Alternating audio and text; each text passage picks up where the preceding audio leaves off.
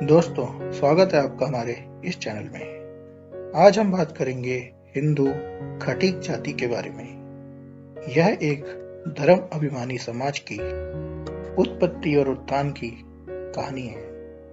हम बता दें आपको कि वैसे खटीक जाति मूल रूप से वो ब्राह्मण जाति है जिनका काम आदिकाल में याज्ञिक पशु बलि देना होता था। आदिकाल में यज्ञ में बकरे की बलि दी जाती थी। संस्कृत में इनके लिए शब्द है खटीटक, जो बाद में खटीक बन गया। मध्यकाल में जब कुर इस्लामी आक्रांताओं ने हिंदू मंदिरों पर हमला किया तो सबसे पहले खटीक जाति के ब्राह्मणों ने ही उनका प्रतिकार किया। राजा व उनकी सेना को तो बाद में सूचना मिलती थी। मंदिर परिसर में रहने वाले खटीक ही सर्वप्रथम उनका सामना करते थे। तैमूर लंग को दीपालपुर और अजोधन दोनों स्थानों पर सर्वप्रथम खटीक योद्धाओं ने रोका था और सिकंदर को भारत में प्रवेश से रोकने वाली सेना में भी सबसे अधिक खटीक जाति के ही योद्धा थे। तैमूर खटीकों के प्रतिरोध से इतना भयभीत हुआ कि उसने सोते हुए हजारों खटीक सैनिकों की हत्या करवा दी और 1 लाख सैनिकों के सिर का ढेर लगवाकर उस पर रमजान की 13वीं तारीख पर नमाज अदा की। मध्यकालीन बर्बर दिल्ली सल्तनत में गुलाम, तुर्क, लोदी वंश और मुगल शासनकाल में जब अत्याचारों की मारी हिंदू जाति मौत या इस्लाम का चुनाव कर रही थी तो खटीक जाति ने अपने धर्म की रक्षा और बहू बेटियों को मुगलों की गंदी नजर से बचाने के लिए अपने घर के आसपास सूअर बांधना शुरू कर दिया। इस्लाम में सूअर को हराम माना गया है। मुगल तो इसे देखना भी हराम समझते थे और खटीकों ने मुस्लिम शासकों से बचाव के लिए सूअर पालना शुरू कर दिया। उसे उन्होंने हिंदू के देवता विष्णु के वराह अवतार के रूप में स्वीकार किया। मुस्लिमों की गोहत्या के जवाब में खटीकों ने सूअर का मांस बेचना शुरू कर दिया और धीरे धीरे यह स्थिति आई कि वे अपने हिंदू समाज में पददलित होते चले गए। यानी कल के शूरवीर ब्राह्मण आज अछूत और दलित श्रेणी में गिने जाते हैं। 1857 की लड़ाई में मेरठ व उसके आसपास अंग्रेजों के पूरे परिवारों को मौत के घाट उतारने वालों में खटीक समाज सबसे आगे था। इससे गुस्साए अंग्रेजों ने 1891 में पूरी खटीक जाति को ही वांटेड और अपराधी जाति घोषित कर दिया था। जब आप मेरठ से लेकर कानपुर तक 1857 के विद्रोह की दास्तान पढ़ेंगे तो रोंगटे खड़े हो जाएंगे। जैसे को तैसा पर चलते हुए खटीक जाति ने न केवल अंग्रेज अधिकारियों बल्कि उनकी पत्नी बच्चों को इस निर्दयता से मारा कि अंग्रेज थर्रा उठे। क्रांति को कुचलने के बाद अंग्रेजों ने खटीकों के गांव को सामूहिक रूप से फांसी दे दी और बाद में उन्हें अपराधी जाति घोषित कर समाज के कोने में ढकेल दिया।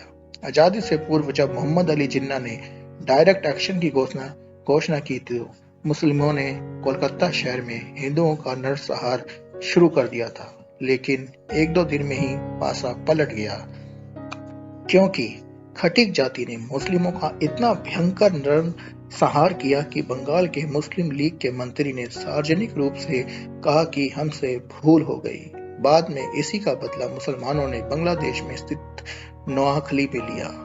आज हम आप खटीकों को अछूत मानते हैं क्योंकि हमें उनका सही इतिहास नहीं बताया गया, ना ही पढ़ाया गया और उसे दबाया भी गया। आप यह जान लीजिए कि दलित शब्द का सबसे पहले प्रयोग अंग्रेजों ने सन 1931 की जनगणना में डिप्रेस्ड क्लास के रूप में किया था। उसे ही बाबा साहब अम्बेडकर ने अछूत के स्थान पर दलित शब्द में तब्दील कर दिया।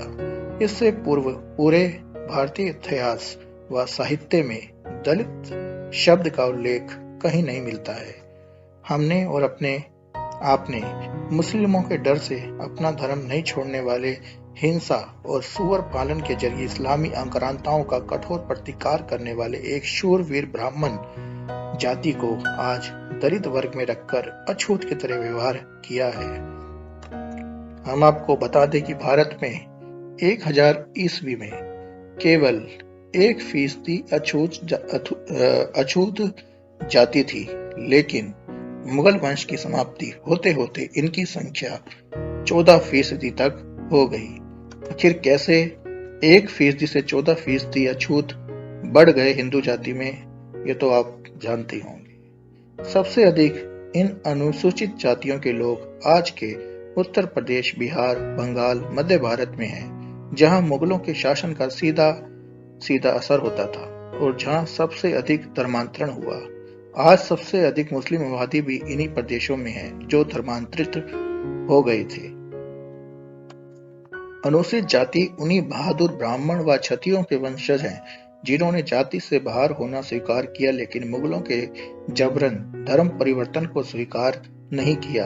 आज के हिंदू समाज को उनका शुक्रगुजार होना चाहिए। उन्हें कोटिशः प्रणाम करना चाहिए, क्योंकि उन लोगों ने हिंदू के भगवा ध्वज को कभी झुकने नहीं दिया, भले ही स्वयं अपमान व दमन झेला। एक अंग्रेज प्रोफेसर शेरिंग ने भी अपनी पुस्तक हिंदू ट्राइब्स एंड कास्ट्स में स्पष्ट रूप से लिखा है कि भारत के निम्न जाति के लोग कोई और नहीं बल्कि ब्राह्मण और क्षत्रिय ही हैं। Hindu customs and their origins में यह भी लिखा है कि अछूत माने जाने वाली जातियों में प्राय वह बहादुर जातियां भी हैं जो मुगलों से हारी तथा उन्हें अपमानित करने के लिए मुसलमानों ने अपने मनमाने काम करवाए थे। यदि आज हम बचे हुए हैं तो अपने इन्हीं अनुसूचित जाति के भाइयों के कारण, जिन्होंने नीच कर्म करना तो स्वीकार किया लेकिन इस्लाम को नहीं अपनाया। आज भारत में लगभग 30-35 करोड़ मुसलमान हैं। जरा सोचिए, इन लोगों ने भी मुगल अत्याचारों के आगे हार मान ली होती तो मुसलमान बन गए होते तो आज भारत में मुस्लिम जनसंख्या 50 करोड़ के भी पार होती और आज भारत एक मुस्लिम राष्ट्र बनने की दिशा में होता। यहाँ भी जिहाद का बोलाबाल होता और इराक, सीरिया, सोमालिया और पाकिस्तान, अफगानिस्तान जैसे देशों की तरह बम धमाके, मार काट और खून खराबों का माहौल रहता। हम हिंदू या तो मार डाले जाते या फिर धर्मांतरित कर दिए जाते या फिर हमें काफिर के रूप में अत्यंत ही गलीज जिंदगी जीनी पड़ती।